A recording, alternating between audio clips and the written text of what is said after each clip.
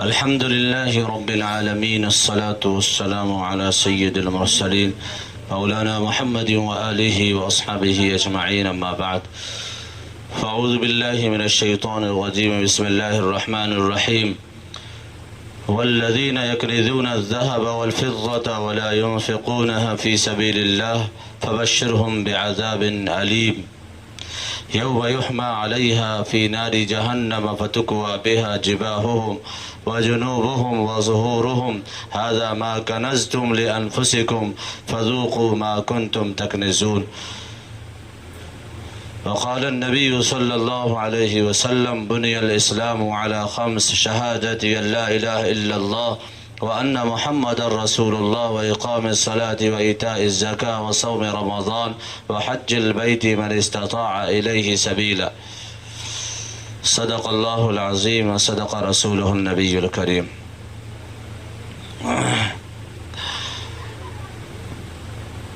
رمضان مبارک کا مہینہ چل رہا ہے.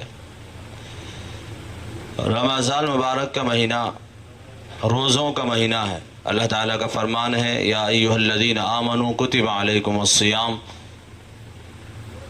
کہ ایمان والو تم پر روزے فرض کیے گئے ہیں جیسا کہ پچھلی قوموں پر، پچھلے لوگوں پر روزے فرض کیے گئے تاکہ تم متقی بن جاؤ.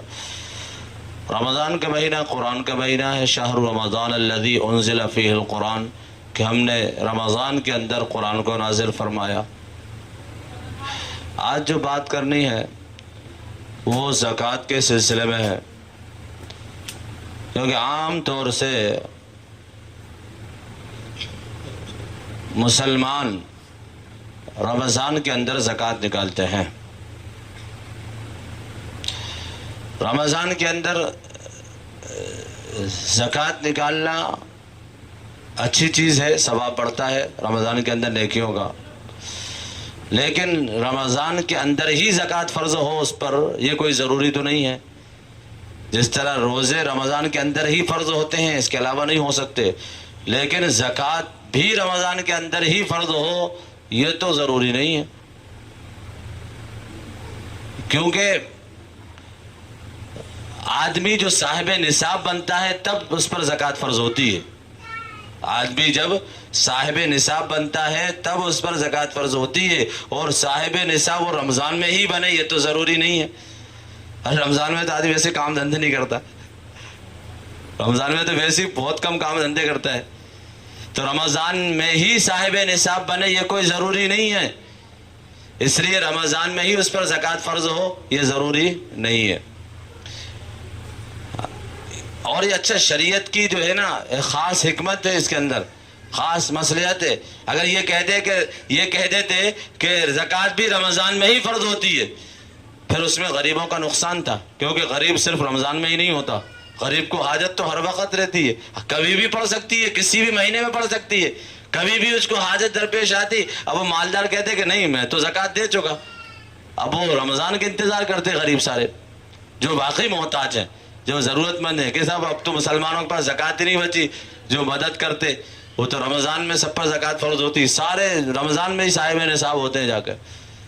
تو اس لیے زکوٰۃ کو رمضان کے اندر فرض نہیں کیا کہ زکوٰۃ مسلمانوں پر رمضان، بلکہ اس کا زکوٰۃ کا ضابطہ یہ بنایا کہ جس دن بھی آدمی کے پاس اتنا مال آ جائے جس سے وہ صاحب نصاب ہو جاتا ہے، جس پر زکوٰۃ فرض ہوتی ہے، بس اسی دن اس پر زکوٰۃ فرض ہوگی. مثال کے طور پر 2 رجب ہے، 2 شعبان ہے، 2 شوال ہے، یا کوئی بھی تاریخ فرض کر لو. 2 شوال کو اس کے پاس اتنا پیسہ آ گیا جس سے وہ صاحب نصاب ہو گیا. اب اگلی سال اب وہ تاریخ لکھ لے. یہ طریقہ ہے بھائی، ہمیں کیسے معلوم ہو کہ ہم جو ہے صاحب نصاب کب بنے، کیسے بنے، اس کا طریقہ ہے. اگر آدمی پہلے سے اس کے پاس اتنا ہے، وہ تاریخ اس کی کوئی طے نہیں ہے، تو علماء نے لکھا ہے وہ تاریخ طے کرے. مثال تو رمضان میں ہی طے کر لے کہ 10 رمضان 11 رمضان، کوئی بھی ایک تاریخ طے کر لے. یہ ضابطہ ہے زکوٰۃ کا. ہم لوگ تاریخ طے نہیں کرتے، اور پھر اس تاریخ تک کے اتنے پیسے یا تو الگ رکھ لے یا لکھ لے، پھر اتنے نکالتے رہے کہ اتنے میں نکال چکا، اتنے مجھے باقی، حساب رہے، باقی حساب صحیح رہے کہ میں نے جو جب 10 تاریخ کو جس دن میں صاحب نصاب ہو رہا تھا اور میں نے تاریخ ایک فرض کر لی، پہلے سے نہیں کری تھی تاریخ فرض، اب کر لی، اور اس دن 1 لاکھ روپے مجھے زکوٰۃ کے دینا ہے، میرے اوپر بن رہے ہیں، یا تو 1 لاکھ الگ ہی رکھ لے نکال کے، یا اس دن سے دینا شروع کر دے کہ میں اتنے دے چکا اتنے دے چکا، تاکہ حساب صحیح رہے۔ یہ طریقہ ہوتا ہے زکوٰۃ نکالنے کا، یہ ضابطہ ہے، ہر چیز کے ایک ضابطہ ہوتا ہے۔ یہ زکوٰۃ کے مسائل بتانا اس لیے ضروری ہے کہ لوگ اس سے بہت ناواقف ہیں، نہ زکوٰۃ دینے والے کو پتا کہ کتنی دی جائے، اور نہ زکوٰۃ لینے والے کو پتا کہ کس پر زکوٰۃ، مستحق زکوٰۃ کون ہے، اور زکوٰۃ کتنے پہ دی جائے، نہ یہ پتا رہتا لوگوں کو۔ تینوں چیزیں پتہ نہیں، کتنے پہ دی جائے، کتنی دی جائے، کس کو دی جائے، یہ تینوں چیزوں سے مسلمان پوچھ لیا جائے تو بہت کم لوگ واقف ملتے ہیں، بہت کم لوگ اس سے واقف ہیں۔ اور زکوٰۃ برابر نکل رہی ہے، زکوٰۃ برابر نکل رہی ہے۔ زکوٰۃ فرض ہے، اس سے پہلے ایک چیز وہ فرض ہے، وہ زکوٰۃ کا علم ہے۔ نماز فرض ہے، اس سے پہلے ایک چیز وہ فرض ہے، وہ نماز کا علم ہے۔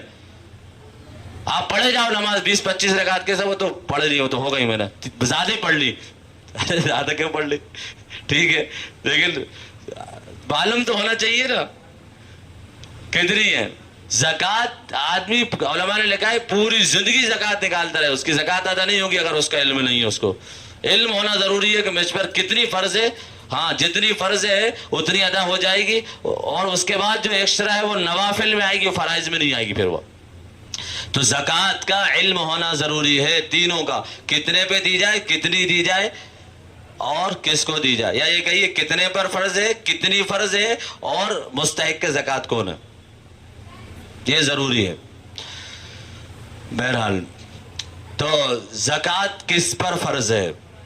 پہلے تو میں نے ابھی جو ایک آیت پڑھی ہے، جب تک اور لوگ بھی جائیں گے انشاءاللہ، پہلے تو اس کی فضیلت زکوٰۃ دینے کی اور نہ دینے کی بیان ہے، اس کے بعد پھر انشاءاللہ یہ 3 چیزیں میں بیان کروں گا، کتنے پہ، کتنی، اور کس کو دی جائے، ٹھیک ہے۔ اللہ تعالیٰ نے قرآن کریم کے اندر بار بار زکوٰۃ دینے کا حکم فرمایا، اقیموا الصلاۃ وآتوا الزکاۃ، نماز قائم کرو، زکوٰۃ ادا کرو، یعنی اس کی تاکید دیکھیے آپ، جس طرح نماز پڑھنا ضروری ہے اسی طرح زکوٰۃ ادا کرنا بھی ضروری ہے۔ نماز پڑھنا فرض ہے، زکوٰۃ ادا کرنا بھی فرض ہے۔ بغیر نماز پڑھے کام چلنے والا نہیں ہے، صاحب نصاب کے لیے بغیر زکوٰۃ دیے کام چلنے والا نہیں ہے۔ زکوٰۃ فرض ہے، اور اللہ تعالیٰ نے قرآن کریم کے اندر ایک جگہ نہیں، علماء نے لکھا ہے کہ اگر ایک جگہ بھی اللہ تعالیٰ زکوٰۃ کا حکم فرماتے یا نماز کا حکم فرماتے تب بھی زکوٰۃ دینا فرض تھی، نماز پڑھنا فرض تھا۔ اگر ایک دفعہ بھی ارشاد فرما دیتے، اس لیے کہ حکم تو حکم الحاکمین کا ہے، وہ اللہ کا حکم ہے۔ اللہ چاہے ایک مرتبہ فرمائے تو کیا بات کو نہیں مانو گے؟ بار بار کہیں گے تبھی مانو گے؟ نہیں، ایک مرتبہ کہہ دیا نماز قائم کرو، زکوٰۃ ادا کرو تو فرض ہو گئی وہ تو۔ لیکن قرآن کریم کے اندر سینکڑوں جگہ پر اللہ تعالیٰ نے زکوٰۃ کا حکم بھی، نماز کا حکم فرمایا اور زکوٰۃ کا بھی حکم فرمایا، اور نبی پاک علیہ السلام نے سینکڑوں ارشادات میں نماز اور زکوٰۃ کی تاکید فرمائی۔ تو اس سے معلوم ہوا کہ نماز ادا کرنا ضروری ہے، اور اسی طرح نماز کی طرح زکوٰۃ ادا کرنا بھی ضروری ہے صاحب نصاب پر۔ اور جو لوگ زکوٰۃ ادا نہیں کرتے، جو زکوٰۃ ادا کرتے ہیں ان کی تو ولے ولے، دنیا کے اندر بھی اللہ تعالیٰ جو ہے قرآن کریم کے اندر اور نبی پاک علیہ السلام حدیث کے اندر ان سے وعدے فرما رہے ہیں کہ وہ مال آفات سے محفوظ ہو گیا جس مال کی زکوٰۃ ادا کر دی گئی، اس پہ کوئی آفات اور پریشانی نہیں آ سکتی۔ وہ مال پاک و طیب ہو گیا جس مال کی زکوٰۃ ادا کر دی گئی، وہ گندگی سے بچ گیا جس مال کی زکوٰۃ ادا کر دی گئی۔ اور فرمایا نبی پاک علیہ السلام نے، کوئی مال ہلاک نہیں ہوتا بغیر اس کے کہ اس کی زکوٰۃ ادا نہ کی جائے، یعنی اس کی زکوٰۃ ادا نہیں کی جاتی، اس لیے وہ مال ہلاک ہوتا ہے، وہ برباد ہوتا ہے۔ مال کو ہلاکت سے بچانا ہے، بربادی سے بچانا ہے تو اس کی زکوٰۃ ادا کی جائے۔ اللہ تعالیٰ زکوٰۃ کی وجہ سے مال کو پاک بھی فرماتے ہیں، اس مال میں برکت بھی عطا فرماتے ہیں، اور جس مال کی زکوٰۃ ادا نہیں کی جاتی وہ مال گندا ہوتا ہے اور بے برکتی مال ہوتا ہے، وہ بے برکتی مال ہوتا ہے۔ اللہ تعالیٰ قرآن کریم کے اندر فرماتے ہیں کہ یوم یحمى علیہا فی نار جہنم فتقوى بها جباههم وجنوبهم وظهورهم هذا ما كنزتم لأنفسكم فذوقوا ما كنتم تكنزون کہ زکوٰۃ ادا کرو اپنی مالوں کی، اگر زکوٰۃ ادا نہیں کرتے تو یاد رکھو عذاب کو، یوم یحمى علیہا، جس دن اس سونے اور چاندی کو آگ کے اندر دبایا جائے گا۔ اب کہے کوئی آدمی سونا چاندی نہ رکھے، پیسے رکھے تو ارے یہ سب پیسے سونا چاندی میں کیا ہو جائیں گے؟ تبدیل ہو جائیں گے وہاں۔ ہاں، سارا مال اس کا، چاہے وہ نقد کی شکل میں ہو، چاہے وہ سونا چاندی کی شکل میں ہو، زیورات کی شکل میں ہو، کسی بھی ہیروں کی شکل میں ہو، مال تو ہے نا اس کے پاس، اس کا یہ مال جو ہے وہ سب سونا چاندی کی شکل میں آئے گا، کیونکہ قرآن اسی کو کہہ رہا ہے یوم یحمى علیہا فی نار جہنم، جس دن اس کو اس کے سونا چاندی کو آگ کے اندر تپایا جائے گا، فی نار جہنم فتقوى بها جباههم، پھر اس سے اس کی پیشانیوں کو داغا جائے گا، پیشانیوں کو داغا جائے گا اس سے، وجنوبهم، اور اس کے پہلوؤں کو داغا جائے گا، وظہورهم، اور اس کی پیٹوں کو پشتوں کو، اس کی پیٹوں کو داغا جائے گا، پشت کو، ھذا ما کنزتم لانفسکم، اور کہا جائے گا یہ ہے وہ مال جو تم اپنے لیے جمع کر کے رکھتے تھے، فذوقوا، چکھو اس کا مزہ۔ کتنا مزہ آ رہا مال جمع کرنے میں، کتنا خوش ہوتا مال کہیں سے آتا، کتنا خوش ہوتا تھا، کتنا خوش ہوتا تھا، وہ بار بار پیسے گنتا تھا، بار بار۔ ایحسب، اللہ نے قرآن کے اندر کہا نا کہ اس کو نہیں دیکھا جو مالہ وعددہ، جو مال بار بار اپنے مال کو گنتا ہی رہتا ہے بس خوشی کے مارے، مالہ وعددہ، یحسب ان مالہ اخلدہ، وہ سمجھتا ہے یہ مال میرے پاس ہمیشہ رہے گا۔ اللہ کہہ رہے معلوم ہو جائے گا، وما ادراک ما الحطمہ، جب جو ہے آگ آئے گی، جب پتہ لگ جائے گا تو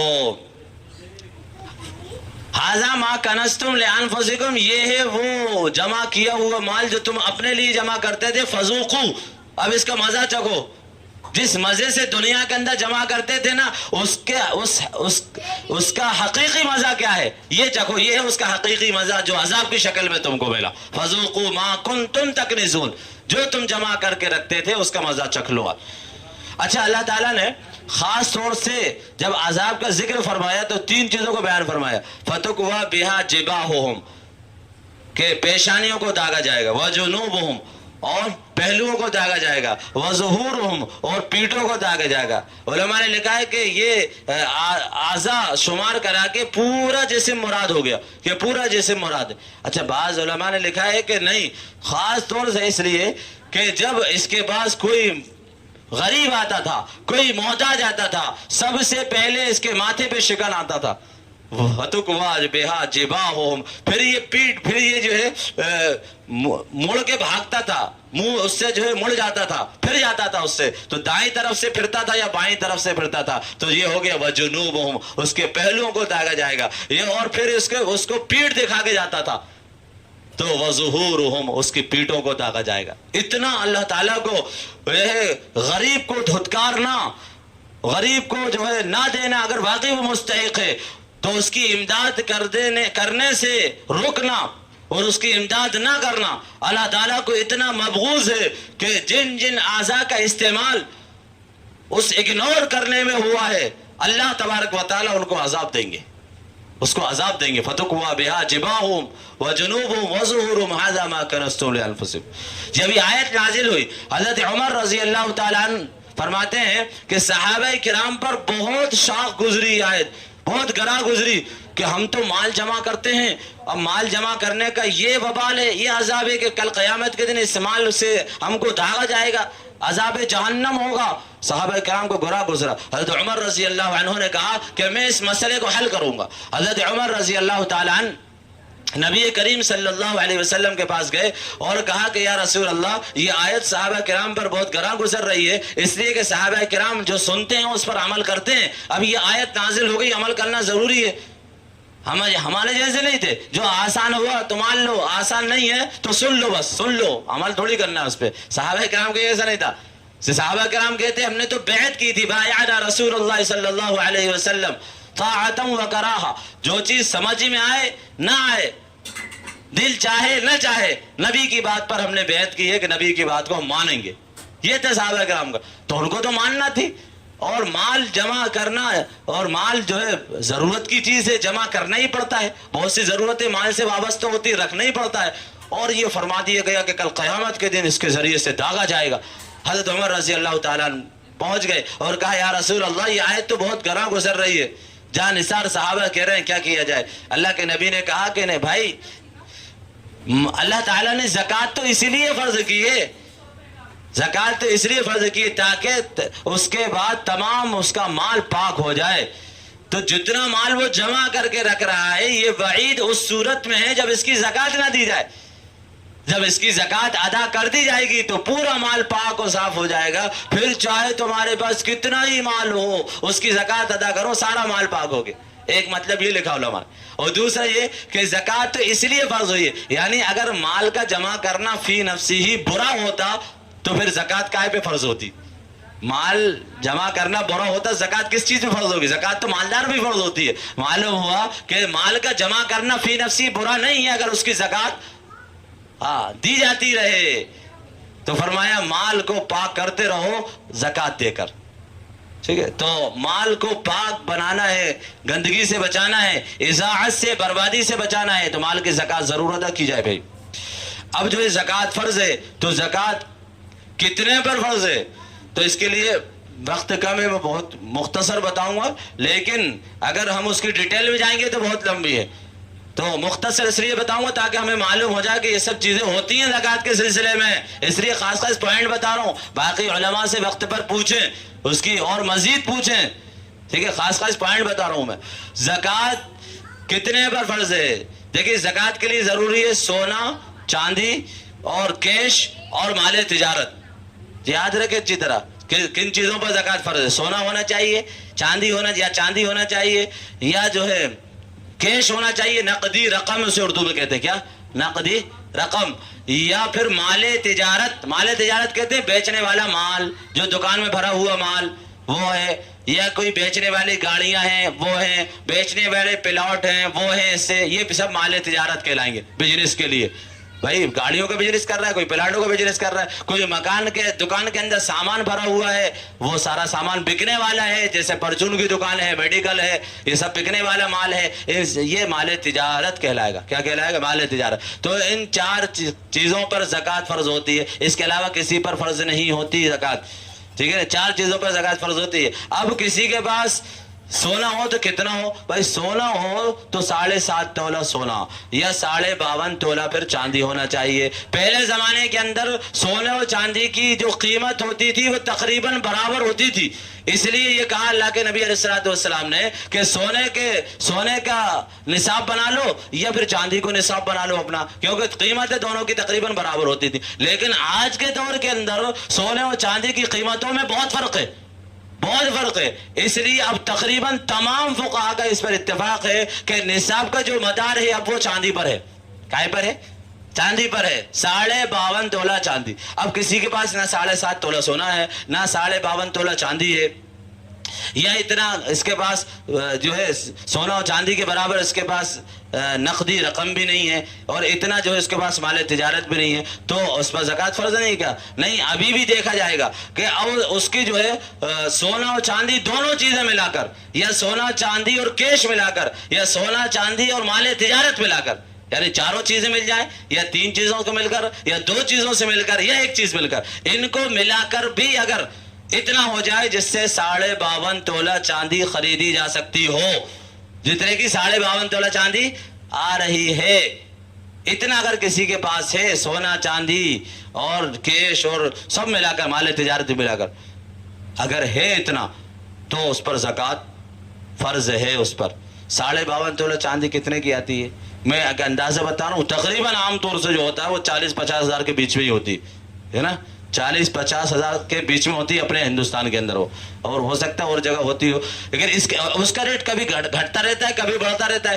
تو میں جو ریٹ بتاؤں گا یا آج کی تاریخ کا بتاؤں گا اس کا اعتبار نہیں ہے، جس تاریخ میں آپ زکوٰۃ نکالیں گے اس تاریخ کا ریٹ کا اعتبار ہے۔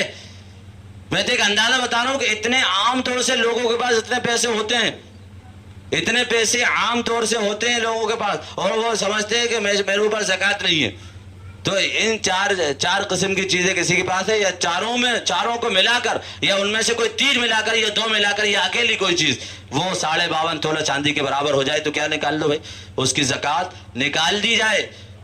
52 کتنی زکوٰۃ نکالی جائے؟ اچھا, زکوٰۃ جب نکالی جائے تو 16 چاندی اور کیش اور مال تجارت, ان کی جب زکوٰۃ نکالی جائے, سال پورا ہو جائے تب زکوٰۃ نکلے گی. اب سال پورا ہونے کے لیے کیا کیا جائے گا؟ اب مثال کے طور پر آج کوئی صاحب نصاب ہوا 2 ربیع الاول کو, پہلے سے نہیں تھا, آج ہوئے 2 ربیع الاول کو, اس کے پاس 50,000 روپے کہیں سے آ گیا مثال کے طور پر, آج صاحب نصاب ہو گیا ہو. اب آج کی تاریخ لکھ لے, وہ لکھ لے آج کی تاریخ, اور اس کے بعد اب 20 سال میں کتنے پیسہ آئے جائے کوئی مطلب نہیں, وہ صاحب نصاب ہے. کیونکہ ایک تاریخ کو وہ صاحب نصاب ہو چکا, وہ تاریخ اس نے نوٹ کر لی. اب اگلے سال 2 ربیع الاول تک وہ بیچ میں اس کے پاس کتنے مال آئے جائے کوئی مطلب نہیں. جب اگلی سال 2 ربیع الاول آئے گا, پھر دیکھا جائے گا, پھر دیکھے وہ کہ میں صاحب نصاب ہوں یا نہیں, کہ ہاں میں صاحب نصاب ہوں. اب صاحب نصاب ہوں میں, 50,000 روپے یا 52.5 تولہ چاندی کے برابر میرے پاس ہے, تو اب جتنا بھی یہ سب لے آؤ. کیا کرو؟ میں نے سب سامنے رکھ لیا آج بھی, اتنا بھی, کچھ سونا پڑا ہے, کچھ چاندی ہے, کچھ کیش پڑا ہوا ہے, کچھ اس بینک میں پڑا ہوا ہے, کچھ اس بینک میں ہے, کچھ اس بینک میں, ساروں کا حساب لگا ہے. ٹھیک ہے نا, کئی کھاتے ہوتے آدمی کے, اور جو ہے وہ ایک وہ پلاٹ پڑا ہوا ہے, ایک وہ, ارے وہ انجمن بھی تو جمع کری تھی, انجمن کا بھی ہے, کسی کی انجمن چل رہی ہے, کسی کی انجمن چل رہی ہے, 20,000 روپے انجمن کے جمع ہو گئے, 20,000 روپے میں جمع کر چکا, وہ ہیں تو میرے ہی نا, کسی انجمن والی کی تھوڑے, انجمن والے کے تھوڑی ہیں, وہ کس کے ہیں, وہ آئیں گے تو میرے پاس نا. 20,000 روپے میں جمع کر چکا جو انجمن میں, وہ میرے ہی پیسے, جس طرح بینک میں جمع ہوتے ہیں نا, تو 20,000 روپے جو جمع کر چکا وہ بھی ایڈ کرو اس میں. ٹھیک ہے نا. اور کسی کی انجمن کھل گئی, کسی کی پہلے کھل گئی, پہلے ہی پیسے لے چکا, تو اس کے اندر جتنی قسطیں باقی ہوتی ہیں نا, وہ قرضہ ہے. مثال کے طور پر ابھی اس کو 10 قسطیں دینا ہے, یا 10,000 روپے, 20,000 روپے اس کو دینا ہے, تو قرضہ اس سے مائنس کیا جائے گا کہ بھائی ابھی تو میں جو زکوٰۃ نکال رہا ہوں یہ سب ہے میرے پاس, اتنا میں نے حساب لگایا, اس میں سے جو ہے ابھی تو انجمن والی کو مجھے دینا ہے, باجی کو, ابھی فلاں آنٹی کو مجھے ابھی 20,000 روپے دینا ہے, انجمن کے قرضہ ہے, اس کو منہا کر دو, مائنس کر دو. اور فلاں کے میں نے اتنے لیے تھے, فلاں کو اتنے دینا ہے, فلاں, پورا قرضہ کے حساب لگایا جائے وہاں پر, کس سے کتنے, کس کو کتنے دینا ہے, یعنی پلس مائنس ہوگا اس کے اندر, پلس اور مائنس چلے گا. جتنے دینا ہے, جتنے کسی کو دینا ہے وہ اس سے مائنس کر دو, اور جتنے کسی سے لینا ہے کیا کر دو بھائی, قرضہ کسی کو دیا ہے نا, تو آج نہیں تو کل واپس آئے گا, جس قرضے کے ملنے کی امید ہو اس کو بھی آپ پلس کر دو, تو مائنس پلس ہوگا. اور اس کے بعد سب کا مائنس پلس کر کے سب کا دے دا کے اب دیکھا جائے گا اب کتنا ہے. اب جتنا نکلا, اب یہ 5 لاکھ روپے کا ہو گیا میرے پاس, 5 لاکھ روپے کا میں مالک ہوں, 3 لاکھ کا مالک ہوں, 1 لاکھ کا مالک ہوں, جتنے کا بھی میرے پاس ہے, اب اس کو 40 میں ڈیوائڈ کر دو. کتنے میں؟ 40 میں اس کو ڈیوائڈ کر دو, نکل جائے گا 2.5%. کتنا نکلے گا؟ نکلتا ہے نا, روز تو جوڑتے ہیں 100 کو اگر 40 میں ڈیوائڈ کرو تو کتنے نکلتے ہیں؟ 2.5 روپے. یہ زکوٰۃ نکالنے کا طریقہ ہے. تو زکوٰۃ کتنے پہ نکالی جائے, کتنی نکالی جائے, یہ سب. اور زکوٰۃ کس کو دی جائے, اب یہ آخری بات, 2-3 منٹ بچے کہ بہت عام ہے یہ مسئلہ, کہ تینوں مسئلوں سے ہم ناواقف ہیں. زکوٰۃ کس کو دی جائے؟ اب زکوٰۃ دینے کے لیے تو یہ کوئی شخص جس کو زکوٰۃ دی جائے, وہ اول تو وہ صاحب نصاب نہ ہو. کیا نہ ہو؟ وہ صاحب نصاب نہ ہو, یعنی اس کے پاس سونا نہ ہو, اتنا چاندی نہ ہو, یا جو ہے کیش نہ ہو, یا چوتھی چیز کیا بتائی, مال تجارت, یہ چاروں چیزیں نہ ہوں, یا چاروں چیزوں ملا کے بھی وہ صاحب نصاب نہ بن رہا ہو. اور ایک چیز اور ہے اس پر, ایک چیز اور ہے, وہ ہے اس کے پاس کوئی پلاٹ وغیرہ نہ ہو, بھلے ہی اس کے استعمال کا ہو یا نہ ہو, کوئی پلاٹ وغیرہ نہ ہو. اب غریب آدمی کیا کرتا ہے, پلاٹ وغیرہ لے لیا اس نے, کہ وہ بیچنا تو ہے نہیں اسے, یا بیچنے کی اس کی نیت نہیں, پڑا ہوا ہے اس کے, پڑا ہوا ویسے کہتے آڑے وقت کے لیے پڑا. کیسے پڑا ہے غریب آدمی کے, اس کو تو شمار ہی نہیں کرتا, وہ تو آڑے وقت کے لیے پڑا ہے. وہ اماں جو ہے وہ سونا چاندی دبا کے رکھے, وہ کہتی آڑے وقت کے لیے.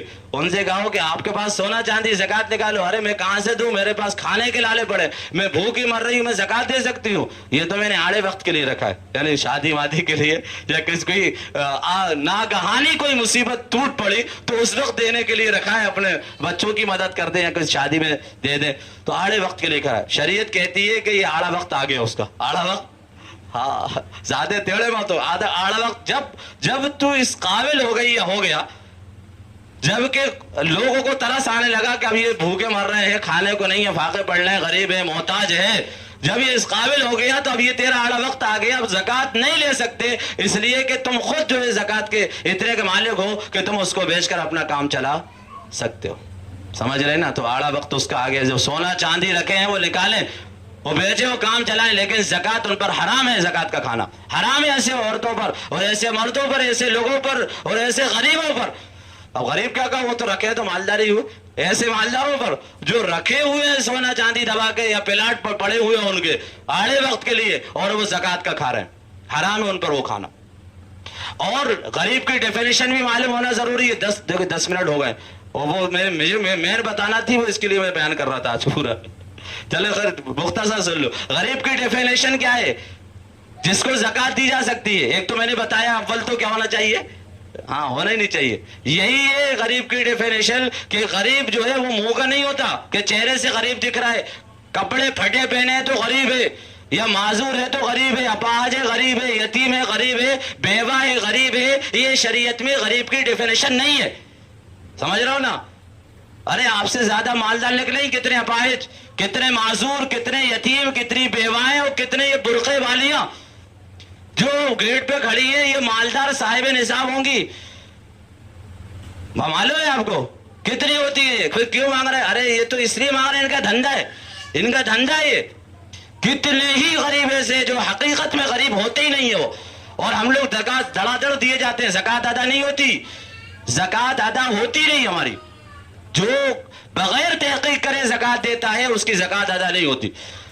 اور کتنا یہ لوگوں نے دھندا بنا کے رکھا ہے. بھوپال کے اندر ایک بہت بڑا قافلہ آیا ہوا ہے باہر سے, صرف مانگنے والوں کا. اور ایک شرط اور ہے زکوٰۃ کہ زکوٰۃ اس کو دی جائے وہ مسلمان ہو. جو مسلمان نہیں, اگر آپ نے اس کو زکوٰۃ دے دی تو آپ کی زکوٰۃ 1 روپے کی ادا نہیں ہوگی. اگر آپ نے جتنی زکوٰۃ اس کو دی ہے 1 روپے کی زکوٰۃ ادا نہیں ہوئی.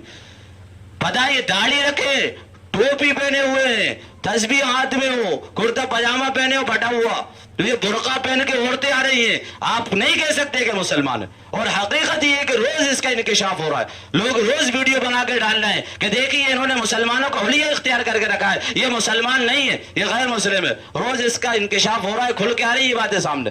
اور ہم لوگ زکوٰۃ دیتے, ان کو زکوٰۃ دے دیتے ہیں. زکوٰۃ میں تحقیق ضروری ہے, فرض ہے تحقیق کرنا زکوٰۃ کے لیے. بالکل نہیں, کسی کو آپ ایسے زکوٰۃ نہیں دے سکتے. زکوٰۃ کی تحقیق کرنے کا مطلب یہ بھی نہیں کسی کی پتلوں نے چیک کرے گا, بتا کتنے پیسے ہیں تیرے پاس, صندوق اس کی گودریج جا کے چیک کر لے کتنے پیسے, کتنا سونا رکھے.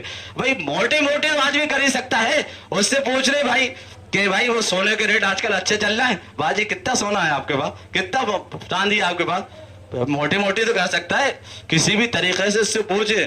جیسے کہ ابھی جب نوٹ بندی ہوئی تھی نا, کوئی عورتیں بتاتی نہیں تھی کتنے پیسے, جب ان کو پتہ لگا کہ نوٹ بندی ہو گئی کہ پھر سارے پیسے نکل آئے. تو سونا چاندی بھی بتائیں گے نہیں غریب, کیونکہ اسے معلوم ہے کہ اس سے پتہ لگ گیا میں اتنا تولہ سونا دبا کے رکھوں, یہ پیسے نہیں دے گا مجھے.